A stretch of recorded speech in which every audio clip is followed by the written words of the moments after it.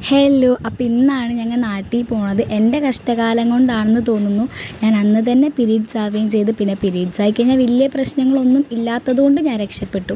ഒരു 11 മണിയായപ്പോൾ ഞങ്ങളെല്ലാവരും റൂമിൽ നിന്ന് ഇറങ്ങിയപ്പോൾ ചെറിയൊരു വിഷമം ഉണ്ടായിരുന്നു എല്ലാവർക്കും. ഇവിടുന്ന് നേരെ ഓട്ടോ പിടിച്ച് നമ്മൾ സ്റ്റാൻഡിൽ പോകണം. സ്റ്റാൻഡിൽ നിന്ന് ബസ് കയറിയിട്ട് ഒരൊറ്റ ഇരിപ്പാണ്. ഒരു 4-4.5 മണിക്കൂറുണ്ട് ഇവിടുന്ന് ബാംഗ്ലൂർക്ക്.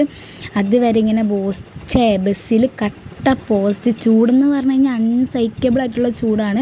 പിന്നെ ബസ് നിർത്തിയപ്പോൾ നമ്മൾ കഴിക്കാനൊക്കെ മേടിച്ചായിരുന്നു. ഞാൻ ബസ്സിലിരുന്ന് കുറച്ച് നേരം ഉറങ്ങി. പിന്നെ ബാംഗ്ലൂർ എത്തിയപ്പോൾ ഇങ്ങനെ വലിയ വലിയ ബിൽഡിങ്ങുകളൊക്കെ കാണാൻ തുടങ്ങി.